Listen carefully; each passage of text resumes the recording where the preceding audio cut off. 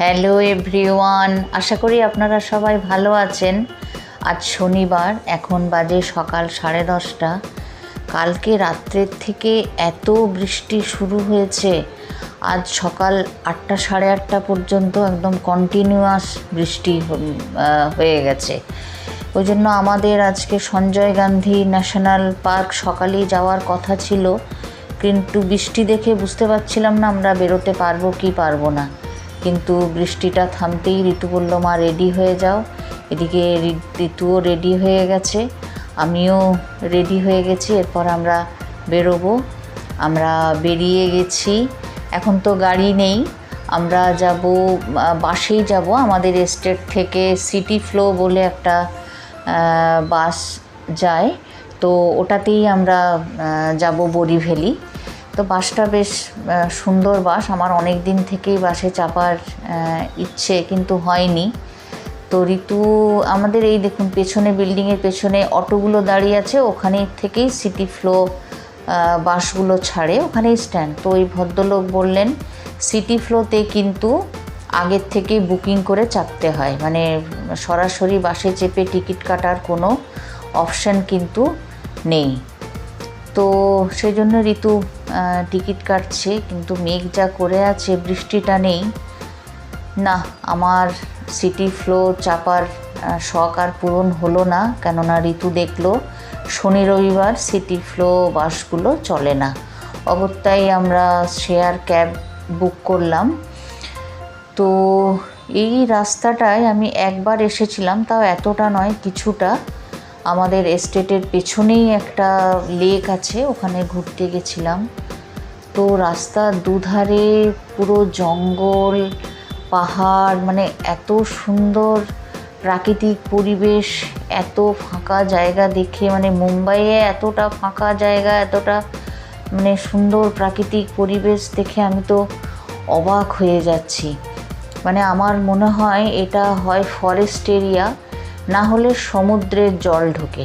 আর আপনারা তো জানেনই, সমুদ্রের জল যেখানে ঢোকে সেখানে কোনো কনস্ট্রাকশন হবে না। পাহাড়গুলো দেখুন, যেন মনে হচ্ছে সবুজ চাদর দিয়ে কেউ ঢাকা দিয়ে দিয়েছে। আসলে বর্ষাকালে সব বৃষ্টির জলে ধুয়ে গেছে বলে আরও যেন পরিষ্কার সবুজ লাগছে, নাহলে অন্য সময় পলিউশনে বা ধুলোবালিতে একটু ব্লার লাগেই দেখতে। তো যেটা বলছিলাম, সমুদ্রের জল যেখানে ঢোকে সেখানে কনস্ট্রাকশন হবে না, কেননা সমুদ্রের নোনা জল বিল্ডিংয়ের ক্ষতি করে। তো আমরা এদিকে মোটামুটি মনে হচ্ছে পৌঁছেই গেছি, কেননা দেখাচ্ছিল দেখলাম 40 মিনিট। তো যেহেতু রাস্তায় যানজট পাইনি, ওই জন্য আমরা এখন 35 মিনিট মতো হয়েই গেছে। তো আমরা হয়তো পৌঁছেও যাব। এখন দেখতেও পাচ্ছি অনেক গাড়ি, রাস্তার ধারে অনেক ছোট ছোট দোকান, স্টল, অনেক কনস্ট্রাকশন।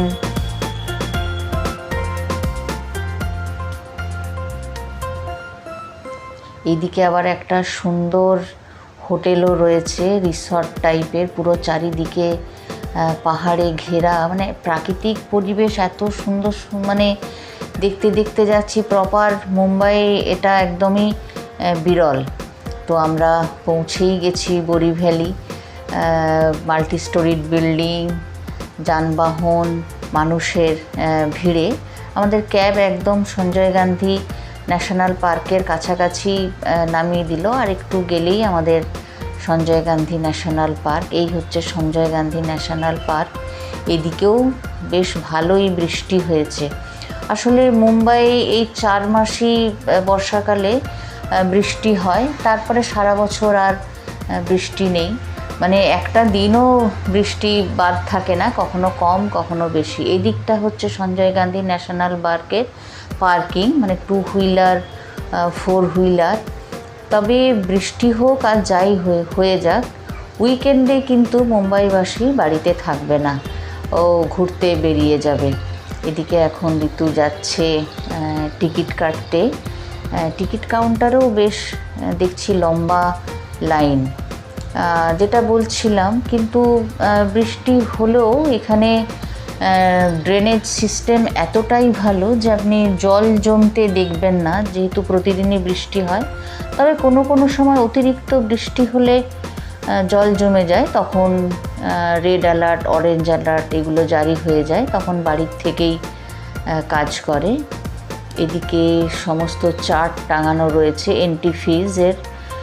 12 বছরের নিচে 50 টাকা আর 12 বছরের ওপরে 88 টাকা। এটা সঞ্জয় গান্ধী ন্যাশনাল পার্কের ম্যাপ। আমরা টিকিট কেটে ভেতরে ঢুকে পড়েছি। এইটা আবার লাইন জিজ্ঞেস করলাম যে জঙ্গলের ভেতরে যাওয়ার জন্য এখানে 2টো বাস আছে, সেই বাসের লাইনের টিকিট। তবে বাসও আছে, আবার বাগিও আছে। বাসের ভাড়া 100 টাকা আর বাগি হচ্ছে 50। বাগি হচ্ছে এই চারিদিক খোলা গাড়িগুলো। এগুলো করে আপনি মিউজিয়াম বা বাটারফ্লাই পার্ক এগুলোতে যাওয়া যাবে। এই যে বলতে বলতেই বাস ঢুকে পড়েছে, আমরা বাসে উঠে পড়েছি। তবে একদম পেছনের দিকে সিট পেলাম, কেননা লাইনের আমরা একটু পেছনের দিকেই ছিলাম। তো আমি বলছিলাম পরের বাসটায় যাব, কিন্তু 2টো যেহেতু বাস, আবার আরেকটা বাস কখন আসবে। তবে মারুতি ভ্যানের মতো ছোট গাড়ি বা ট্যাক্সি এসবগুলো রয়েছে, এগুলোতেও অনেকে যাচ্ছে, কিন্তু ঋতু বলল ওগুলো বেশ কনজাস্টেড, বাসে যাওয়াটাই কমফোর্টেবল।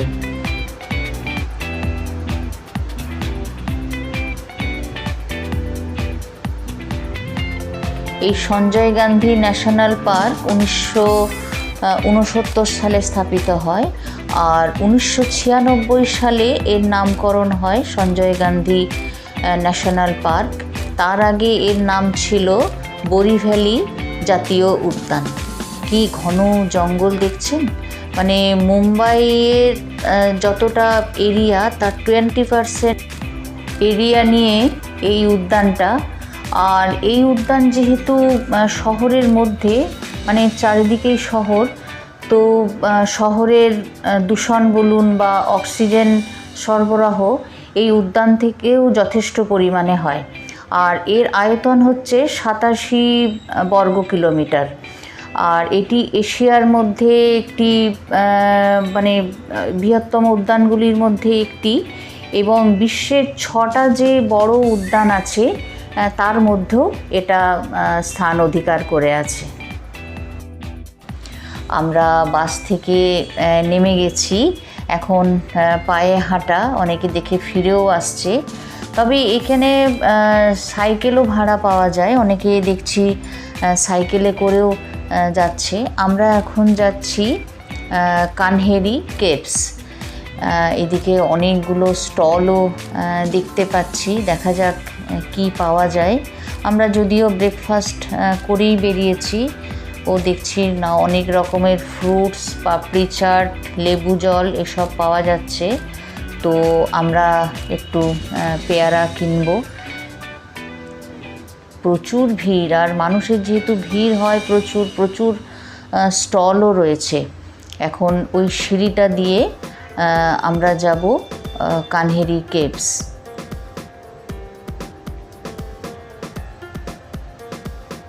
প্রচুর জনসমাগম। আমরা এখন উপরে যাচ্ছি। এখানে অনেক দেখছি লালমুখ বাঁদর। একজনের তো খাবার হাত থেকে কেড়ে নিল। আমি ঋতুকে বলছিলাম চল পেয়ারা খেতে খেতেই যাই, কেননা যেহেতু আমাদের দেরি হয়ে গেছে অনেকটা, আর ফিরতেও হবে। ভাগ্যে আসেনি। তবে আবার ঋতু বলল যে মা মোবাইলও কেড়ে নিতে পারে, ওই জন্য আমি খুব সাবধানে রেকর্ডিং করছি। ওই যে দেখতে পেলেন টিকিট কাউন্টারটা, ওখান থেকে এবারে কানহেরি কেভস যাওয়ার জন্য টিকিট কাটবো। আমাদের টিকিট কাটা হয়ে গেছে। এখানে কেভসের টিকিট দুজনে পার হেড 100 টাকা করে।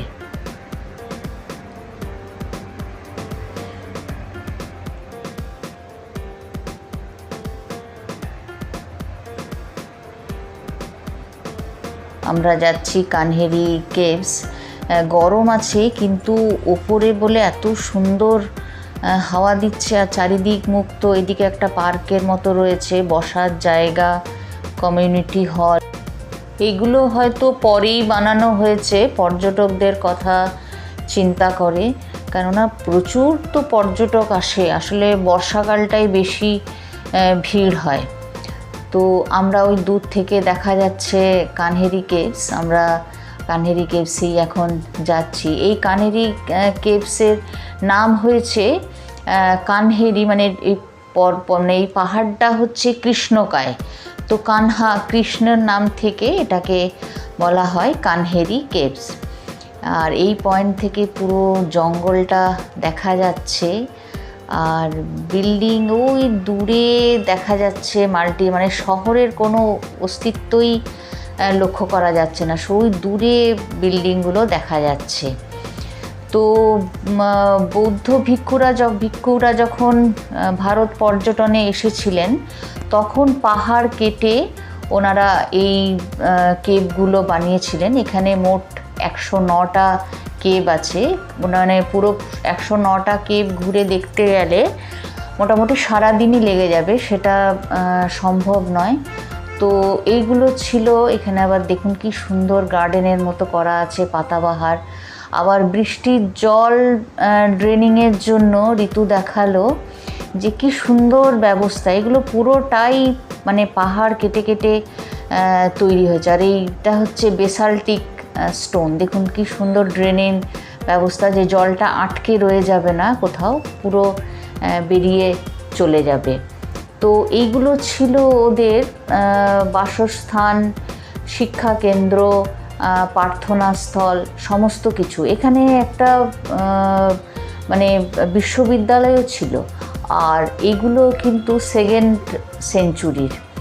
আর এই এরিয়াটা 10ম শতাব্দীতে কিন্তু মৌর্য সাম্রাজ্যের আন্ডারে ছিল। দেখছেন দেওয়ালে কত ভাস্কর্য, বুদ্ধের মূর্তি, বোধিসত্ত্ব, এরা পুরো খোদাই করেছিল। এই যে এক একটা দরজা দেখা যাচ্ছে, এগুলো এক একটা ওদের রুম বা শিক্ষার প্রতিষ্ঠান, এই সমস্ত। আর বাইরেটা পুরো খোলা। এখন আমরা যেটাতে যাচ্ছি সেটা একটা তখন ছিল ওদের প্রার্থনাস্থল। এখনও অনেকে আসেন এখানে প্রার্থনা করতে। এখানে একটা বড় বুদ্ধের মূর্তি,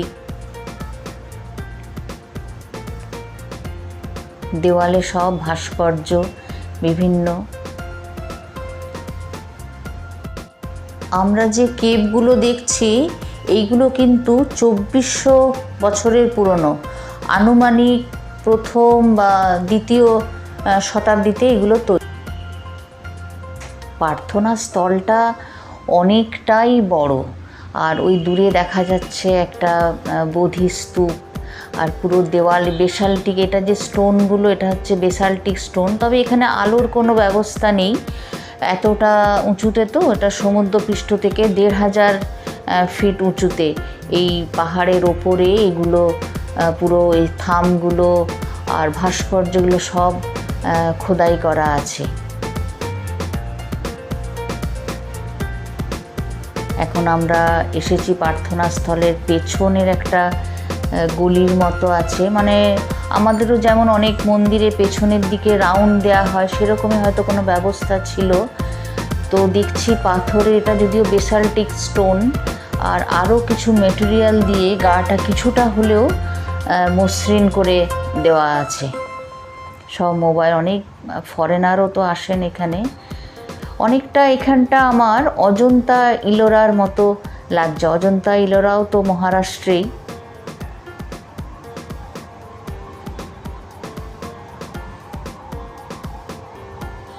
সবাই ঘুরে, আলোর যেহেতু ব্যবস্থা নেই, মোবাইলের আলোতেই সবাই যেটুকু দেখা যাচ্ছে সেটুকু ঘুরে ঘুরে দেখছে।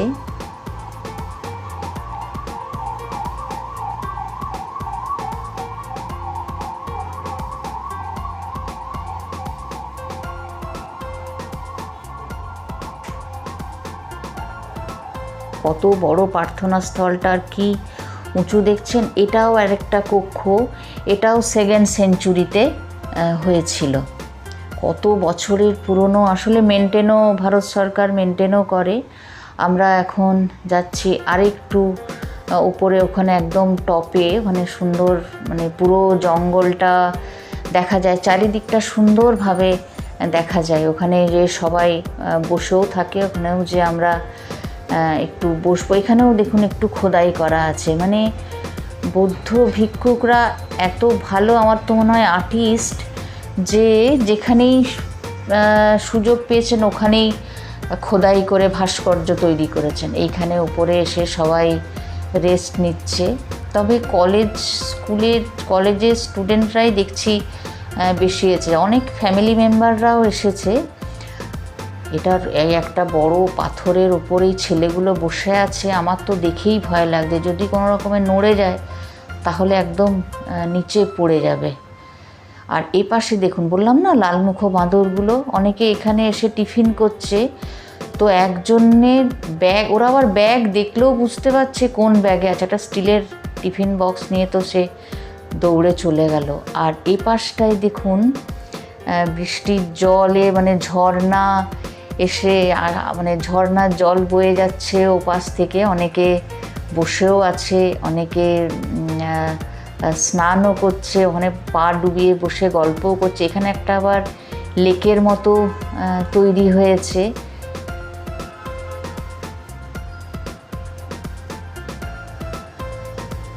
আমরা এখন এরপরে যাব আমরা লায়ন সাফারি আর মিউজিয়ামগুলো দেখব। তবে আজকেই সমস্তটা কভার করলে ভিডিওটা অনেক বড় হয়ে যাবে। আজকের মতো তাহলে ভিডিও এখানেই শেষ করছি। আমার ভিডিও যদি আপনাদের ভালো লাগে তাহলে অবশ্যই লাইক, শেয়ার আর কমেন্ট করে দেবেন, আর অবশ্যই সাবস্ক্রাইব করে দেবেন। আপনারা ভালো থাকুন, সুস্থ থাকুন, আনন্দে থাকুন। দেখা হবে পরের ভিডিও।